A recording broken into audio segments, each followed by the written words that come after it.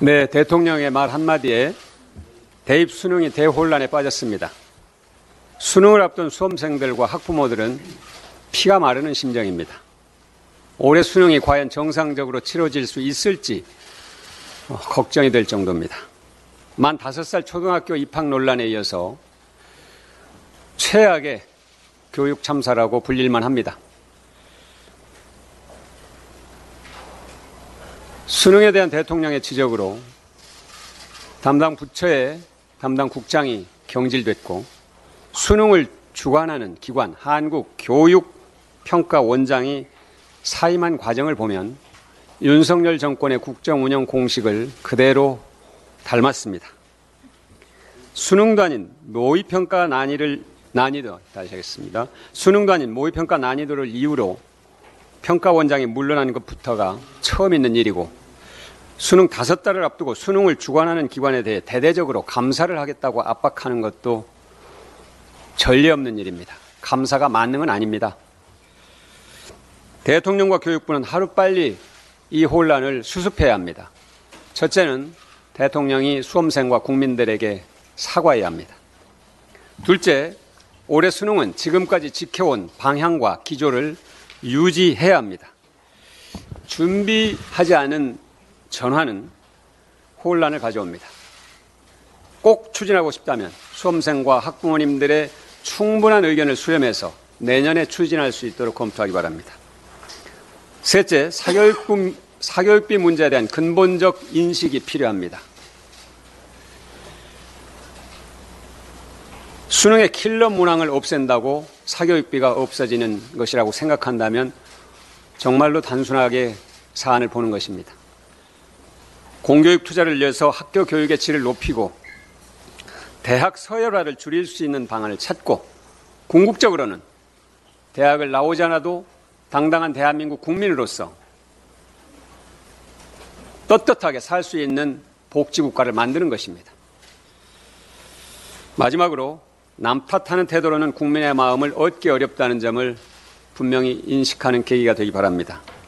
수능 사태는 교육부 탓, 69시간 제도는 노동부 탓, 야당 탓, 전임 정부 탓. 이러다가 국민을 탓하는 사태까지 오지 않을까 걱정됩니다. 민주당은 국회 교육위원회 긴급 현안 질의를 추진하겠습니다. 수능 대혼란 사태를 철저하게 따지고 수능이 안정적으로 치러질 수 있도록 그리고 수험생과 학부모들을 안심시킬 수 있도록 대책을 마련하겠습니다. 이재명 대표가 어제 교섭단체 대표 연설을 통해서 불체포 권리를 포기하겠다고 국민께 약속했습니다. 국민의힘은 이 대표의 진정성을 곡해하지 말기 바랍니다. 국민께 불체포 권리를 포기하겠다고 약속한 것은 윤석열 정권의 정치 탄압에 대한 경고이고 국민의 눈높이에서 겸허하게 대응하겠다는 분명한 의지의 표현입니다. 이와 함께 민주당이 국민이 원하는 방향으로 담대한 변화를 만들어 나가겠다는 의지로 이해합니다. 민주당 혁신기구가 본격적인 활동에 들어갑니다. 민주당이 김대중, 노무현, 문재인 세 분의 대통령을 배출하고 국민들의 호응을 얻을 수 있도록 국정을 운영해온 바탕은 소중한 당원과 함께 국민중심 정당의 길을 걸었기 때문입니다.